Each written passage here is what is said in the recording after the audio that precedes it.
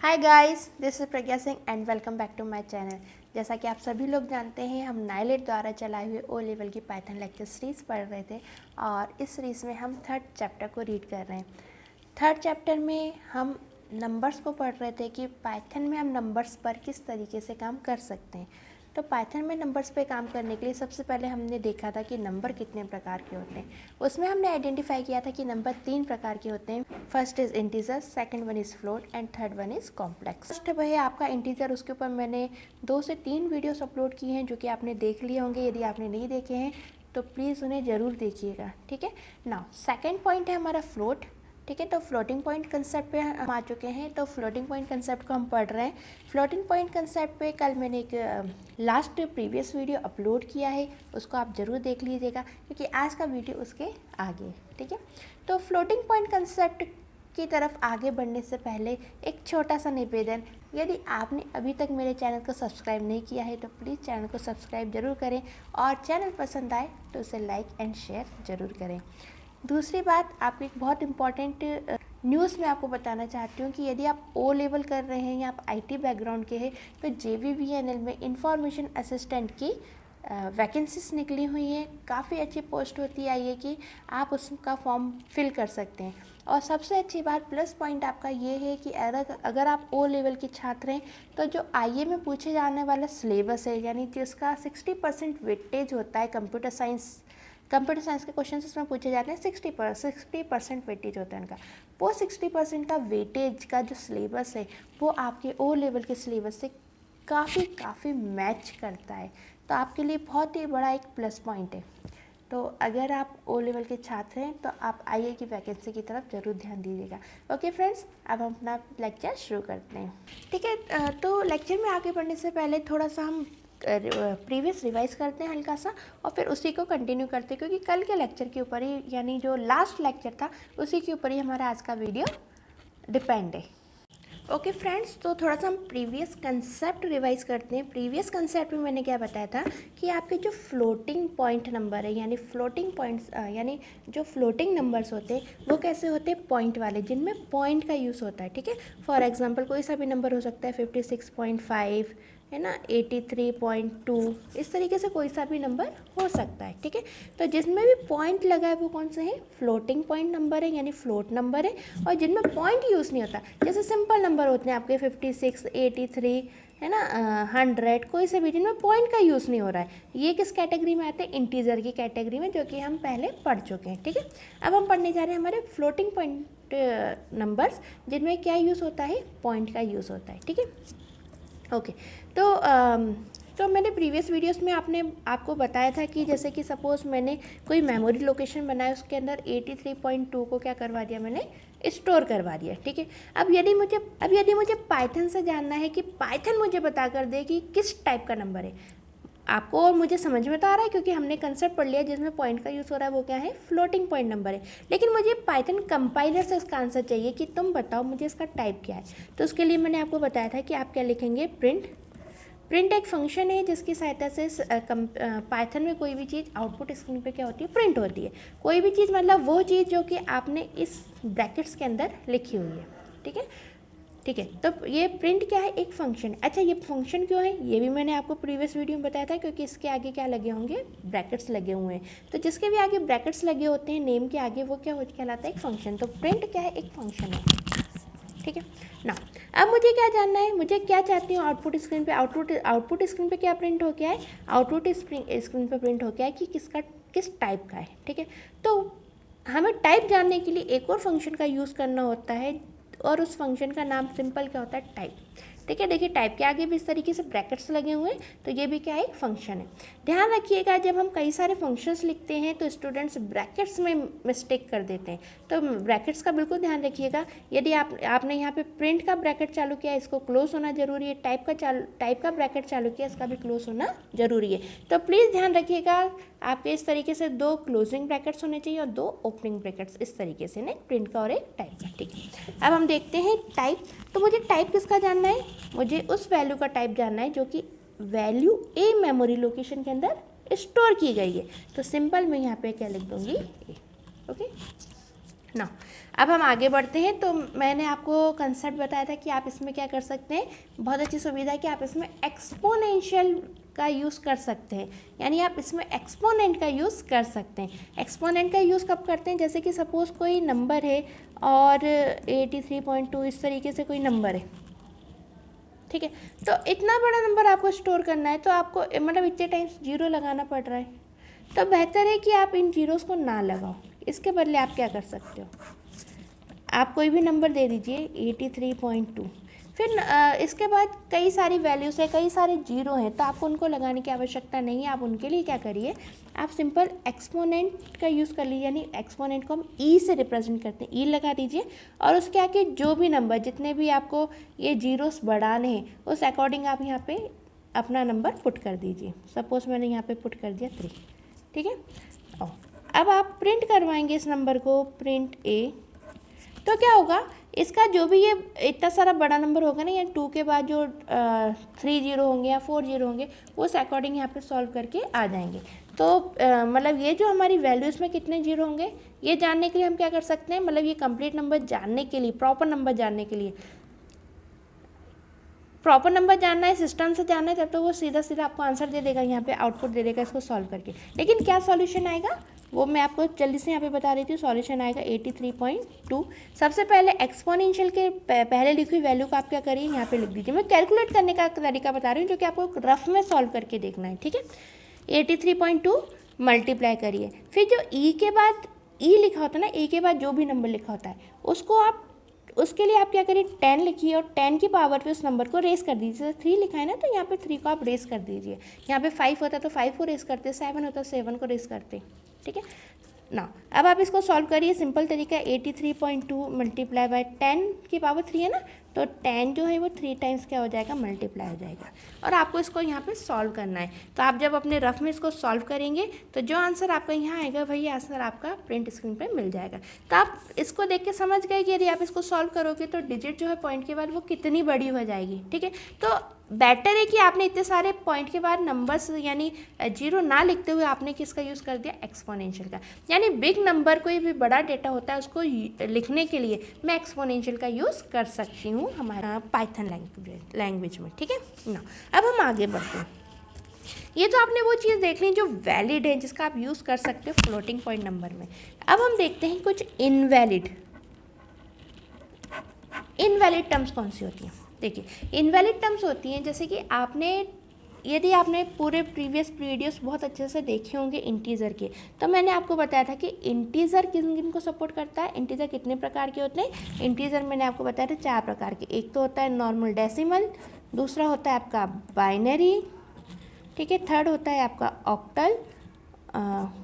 Octal और fourth one आपका होता है हेक्साडेसिमल, ठीक है। तो ओके, तो ये जितने भी नंबर जो इंटीजर में यूज़ होते थे, बाइनरी, ऑक्टल, हेक्साडेसिमल, ठीक है, और ये डेसिमल, ये फ्लोटिंग पॉइंट नंबर में यूज़ नहीं होते। फॉर एग्जांपल देखिए a = यदि आपने सपोज यहाँ पे 57 ही लिख दिया तो सीधी बात समझ में आ रही कि फ्लोटिंग नंबर ही तो इंटीजर नंबर है। तो आप अगर a = 57 देते हैं तो पहली बात तो फ्लोटिंग ही नहीं है, यानी आपने जो डेसिमल नंबर लिखा है वो फ्लोटिंग पॉइंट को रिप्रेजेंट ही नहीं करेगा, ये तो बताएगा कि इंटीजर है, ठीक है ना। अगर आप इसके आगे पॉइंट लगाते हो, पॉइंट के बाद कोई भी संख्या लिखते हैं, सपोज आपने लिख दी 5, तो अब ये क्या बन गई, फ्लोटिंग पॉइंट, ठीक है। तो अब आप यदि इसका टाइप इस तरीके से टाइप जानेंगे तो आपको आंसर मिल जाएगा क्लास फ्लोट या टाइप फ्लोट, ठीक है। जो भी आप देखिए आउटपुट में क्या होता है, डिफरेंट वर्जन्स जो होते हैं हमारे पाइथन के, वो डिफरेंट तरीके से थोड़ा सा आंसर देते हैं, तो थोड़ा सा आंसर में आपका हो सकता है बदलाव 19-20, ठीक है, बट आपको फ्लोट आंसर मिल जाएगा, ठीक है। अब हम आगे बढ़ते हैं, तो हम देखते हैं बाइनरी का कंसेप्ट कैसे इनवैलिड है। देखिए आप इस तरीके से लिखिए, आपको मैंने बताया था बाइनरी नंबर आप लिख सकते हो, तो जैसे बाइनरी नंबर 1 और 0 होते हैं, तो आपने 10.11 लिख दिया, सो इट्स ओके। लेकिन प्रॉब्लम क्या है, अगर आपने यहाँ पे 0B नहीं लगाया है, 0B का यूज़ नहीं किया है, तो सिस्टम को ये 101.11 समझ में आ रहा है। यदि हम भी 0B नहीं लगाते तो हमको भी 101.11 समझ में आ रहा है, ठीक है।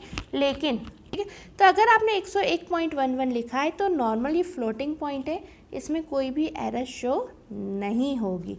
लेकिन अगर आप इसके प्रीफिक्स में यहाँ पे 0B लिख देते हैं तो सिस्टम इसको इनवैलिड सिंटैक्स बता देगा। ठीक है, मैं आपको इसका प्रैक्टिकल करके भी अभी बताती हूँ। ठीक है, अभी पहले हम देख लेते हैं पेपर पे और फिर इसका प्रैक्टिकल देखते हैं। ठीक है, ठीक है। तो अगर आपने बाइनरी नंबर लिखा, आप चाहते हो कि बाइनरी नंबर है यानी आपने 0 भी लगा दिया तो ये क्या बन गया, बाइनरी। अब बाइनरी में आप कभी भी पॉइंट का यूज़ नहीं करोगे, या तो आप 0B का यूज़ नहीं करोगे, ठीक है, और 0B का यूज़ नहीं करते तो नॉर्मल नंबर है, और यदि आप 0B का यूज़ करें तो फिर आप पॉइंट का यूज़ नहीं कर सकते। दोनों कंडीशंस में आपको ध्यान रखना है। ठीक है, ये दोनों कंडीशंस फ्लोटिंग पॉइंट में इनवैलिड हो जाती हैं। ठीक है, बाइनरी लगाने वाली, यानी आप 0B का प्रीफिक्स नहीं लगा सकते। सेम जैसे आप 0B का प्रीफिक्स नहीं लगा सकते, इसी प्रकार आप ऑक्टल का भी प्रीफिक्स नहीं लगा सकते। सपोज आपने नॉर्मल नंबर लिख दिया, यदि आपने यहाँ पे 0O नहीं लगा, ये मैंने 0O लिखा है, आपको मैंने ऑक्टल का कंसेप्ट बताया था। ऑक्टल का प्रीफिक्स क्या होता है, 0 और O है, ये 0 है, ये O है।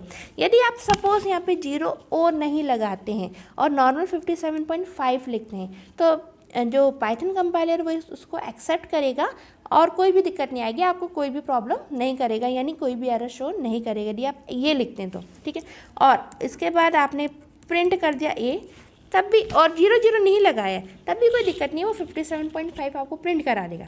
लेकिन अगर आपने यहाँ पे 0 लगा दिया है तो वो आपको इसको इनवैलिड बता देगा।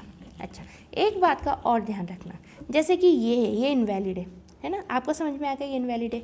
अब आपने कहा कि भाई इसके आगे हम दूसरी लाइन लिख दें, तो ध्यान रखना, अगर मान लो दूसरी लाइन आपने सही भी लिखी है, फॉर एग्जांपल ये 0 नहीं लगाया और ये सही भी लिखी है, तो कंपाइलर इस प्रोग्राम को नहीं चलाएगा। कब तक नहीं चलाएगा, जब तक प्रीवियस लाइन जिस पे एरर है, जो आपने इनवैलिड तरीके से लिखी हुई है, इसको सही नहीं कर देते।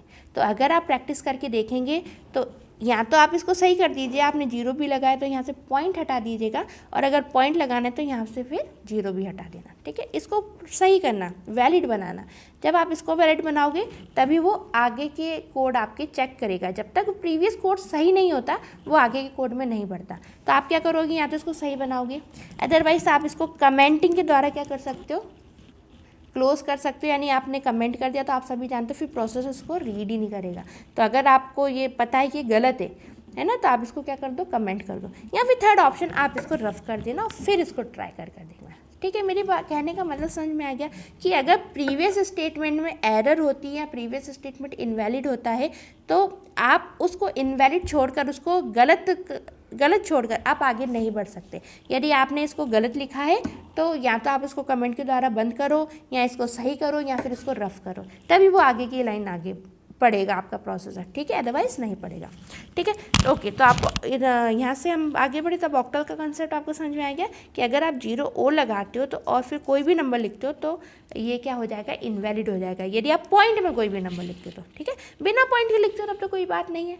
ठीक है, तब इनवैलिड का सवाल ही नहीं है, क्योंकि वो फिर फ्लोट ही नहीं है। यदि वो बिना पॉइंट के आपने लिख दिया 57.5, सॉरी, हाँ, बिना पॉइंट के आपने लिख दिया 0O1 तो ये क्या है, ये आपका इंटीजर नंबर है, और इंटीजर नंबर में ऑक्टल नंबर अलाउ है। ये तो इंटीजर का टाइप ही होता है ऑक्टल, लेकिन फ्लोट के अंदर ऑक्टल उसका टाइप नहीं होता। आप फ्लोट में ऑक्टल का प्रीफिक्स नहीं यूज़ कर सकते। ठीक है, इसी प्रकार सेम चीज़ अब आप आगे समझ ही गए होंगे कि कोई सा भी नंबर आप यूज़ कर सकते हो, कोई दिक्कत नहीं है, लेकिन उसके आगे आप हेक्साडेसिमल का प्रीफिक्स भी नहीं लगा सकते। ठीक है, यदि आप हेक्साडेसिमल का प्रीफिक्स लगाते हैं तो ये भी क्या हो जाएगा, इनवैलिड हो जाएगा। और आप इसकी प्रैक्टिस करके देखना। प्रैक्टिस करते टाइम मेरी बात को ध्यान रखना, यदि आपने प्रीवियस कोड में कुछ भी गलत लिखा है, इनवैलिड लिखा है, और आने वाला कोड सही लिखा है, बाद का कोड सही लिखा है, तब भी ये रन नहीं होगा, क्योंकि आपका कंपाइलर बार बार यहीं अटक जाएगा, इसी लाइन पर अटक जाएगा। तो प्रीवियस आपने कोई भी गलती करी है ना, आप तो अभी प्रैक्टिस करके देख रहे हैं वैलिड या इनवैलिड, तो सीधी सी बात है आप इसको इनवैलिड पर टेस्ट कर रहे हैं। तो अगर आपने इनवैलिड तरीके से लिखा हुआ है तो आपका कंपाइलर आगे आपको बढ़ने ही नहीं देगा। तो या तो इसको क्लीन कर देना, इसको क्लियर कर देना इस लाइन को, है ना, यानी जो भी इनवैलिड लाइन्स उनको या तो क्लियर कर देना, या फिर कमेंट्स के द्वारा उनको, या फिर कमेंट्स का यूज़ कर देना, इस तरीके से हैश लगा देना उन लाइनों के आगे। तो कंपाइलर है वो इन लाइनों को पढ़ेगा नहीं, इनवैलिड को। तो जब इनको पढ़ेगा नहीं तो जो भी, यदि मान लो आपने एक कोड सही भी लिखा है तो वो इसको क्या कर देगा, वो रीड कर लेगा। ठीक है, ओके, चल प्रैक्टिकल करके देखते हैं। चलिए ओके गाइस, वैलिडिटी देखने के लिए सबसे पहले हम एक मेमोरी लोकेशन लेते हैं और उसके अंदर कोई वैल्यू लेते हैं और इसमें 101 एंड इसमें सपोज मैं पॉइंट लगा देती हूँ। ठीक है, तो अभी तो देखिए ये नंबर वैलिड है क्योंकि नॉर्मल लिखा हुआ है ना, मैंने इसके आगे कोई प्रीफिक्स नहीं लगाया। चेक कर लेते हैं वैलिड है या नहीं है। ठीक है, इसको कंट्रोल एस की सहायता से मैंने सेव किया। सेव करने के बाद इसको मैं नेम दे देती हूँ। सपोज मैंने इसका नाम दे दिया, वैलिडिटी चेक कर रही हूँ तो मैं फ्लोट वैलिडिटी FV नाम दे देती हूँ। ठीक है, नेम आप कोई सा भी दे सकते हैं और .py एक्सटेंशन से आपको शुरू क्या करना है, सेव करना है। देन सेव किया। ओके, ना इसके आगे बढ़े। अब मैं इसको रन करके देखती हूँ। रन किया, सेव करने को बोला, ऑलरेडी सेव है। ठीक है, आउटपुट कुछ भी नहीं आया। क्यों? क्योंकि मैंने कुछ भी चीज़ प्रिंट नहीं कराई है। इसको मैं प्रिंट करवा देती हूँ, प्रिंट, और इसके अंदर एक ही वैल्यू। ठीक है, नाउ मैं दोबारा से कंट्रोल एस की सहायता से सेव करती हूँ और अपने प्रोग्राम को रन कराती हूँ। ठीक है, 101.11 आंसर शो हो रहा है। अब मैं इसको बाइनरी फॉर्म में लेकर देखती हूँ 0B। देखते हैं क्या ये अब वर्क करेगा। कंट्रोल एस की सहायता से मैंने सेव कर दिया अपना प्रोग्राम और मैं F5 फंक्शन प्रेस करके अपने प्रोग्राम को रन कर रही हूँ। देखिए क्या बोल रहा है, इनवैलिड सिंटैक्स। कहाँ इनवैलिड बता रहा है? पॉइंट, यानी बता रहा है अगर आपने 0B बाइनरी का प्रीफिक्स यूज़ किया है तो आप पॉइंट का यूज़ नहीं कर सकते। अब हम देख लेते हैं ऑक्टल का। हम देख लेते हैं ऑक्टल के लिए मैंने कोई मेमोरी लोकेशन लिया और मेमोरी लोकेशन में मैंने सपोज 57.5 लिखा हुआ है। मैंने 57.5 लिखा हुआ है। अब मैं लिखती हूँ प्रिंट और प्रिंट करवाती हूँ मैं एक ही वैल्यू। ठीक है, तो देखिए मैंने 57.5 नॉर्मल लिखा हुआ है। ठीक है, कंट्रोल एस किया और प्रिंट करवाया तो देखिए 57.5 मुझे बड़ा इजीली प्रिंट हो रहा है। ठीक है, लेकिन अगर मैं इसके आगे ऑक्टल का प्रीफिक्स लगा देती हूँ, ऑक्टल का प्रीफिक्स क्या होता है? 0 एंड O। ठीक है, ये 0 है फर्स्ट, देन ये O है। ठीक है, O कैपिटल स्मॉल किसी में भी आप लिख सकते हैं। इसको मैंने सेव किया अपने प्रोग्राम को और अपने प्रोग्राम को मैं रन करा रही हूँ। तो क्या बता रहा है? इनवैलिड है। क्या इनवैलिड है? पॉइंट, यानी ऑक्टल प्रीफिक्स में कभी भी आप पॉइंट यानी फ्लोटिंग पॉइंट नंबर का यूज़ नहीं कर सकते, यानी पॉइंट वाले नंबर का आप यूज़ नहीं कर सकते। इसी प्रकार अब हम इसी नंबर पे चेक कर लेते हैं अपने हेक्सा को। ठीक है, देखिए अभी मैंने नॉर्मल नंबर कर दिया 57.5, ये प्रिंट हो जाएगा। ये आपने देख ही लिया है, अभी जस्ट देखा आपने इसी लेक्चर में, मैंने आपको आउटपुट दिखाया था 57.5। लेकिन अगर मैं इसको हेक्सा के फॉर्मेट में लिख देती हूँ, मैं लिख देती हूँ इसको 0x, हेक्सा के फॉर्मेट में लिख देती हूँ और प्रीफिक्स लगा दिया 0x। तो देखते हैं क्या ये वर्क करेगा। कंट्रोल एस, क्या बोल रहा है? Invalid syntax. यहाँ क्या कह रहा है? इस पॉइंट को हटा दो, यानी हेक्साडेसिमल का प्रीफिक्स आपने लगाया, आपने 0x का प्रीफिक्स लगाया है तो आप उस कंडीशन में पॉइंट का यूज़ नहीं कर सकते।